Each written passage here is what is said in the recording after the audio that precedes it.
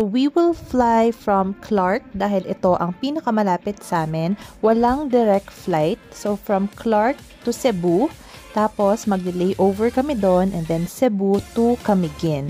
Meron din namang other ways para makapunta doon ng mas mura, pero pinili namin yung pinaka-convenient way. At ayan, nasa Cebu na tayo! 8 a.m. was our arrival time here in Cebu and we need to wait for 6 hours before our flight to Camiguin. So we just had our early breakfast sa Jollibee at buti na lang hindi masyadong nakakainip sa airport ng Cebu, Mactan Airport dahil madaming shops na available. Ayan, nag-announce pa na 1 hour delayed lang yung flight pero buti na lang ilang minutes lang yung hinintay namin. This is just a smaller aircraft papuntang Camiguin and 45 minutes lang ay nandoon na kami.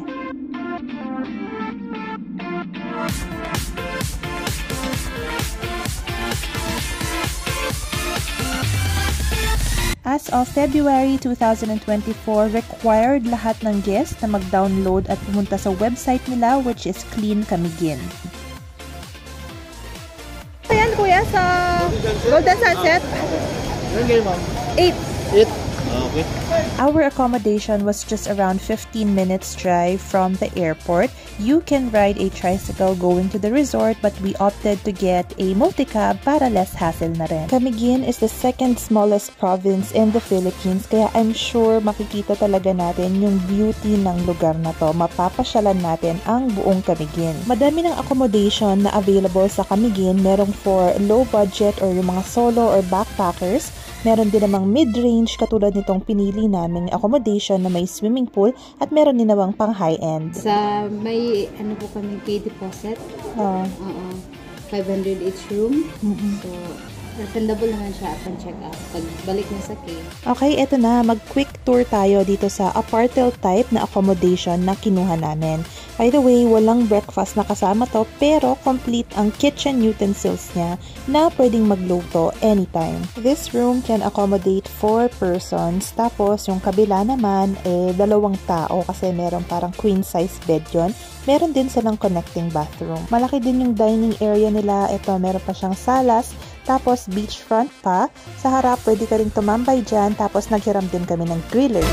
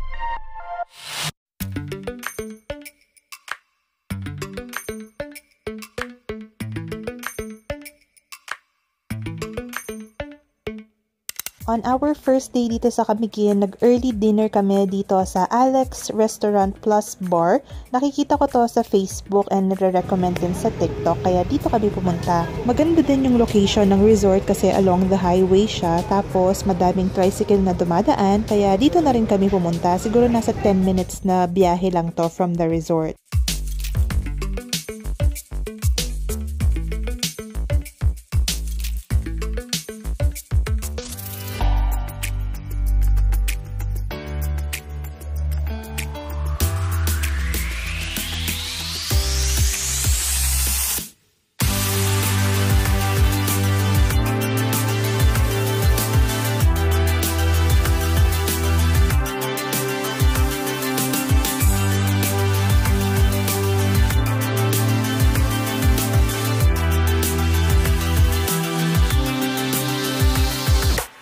araw na pumunta kami sa Gaisano Mall, which is the biggest mall here in Camiguin. Tapos kaharap nun yung palengke nila. Ang kagandahan sa accommodation namin ay pwedeng magluto at mag-grill, kaya lagi kaming bumibili dito ng mga fresh fruits and fish at mga seafood.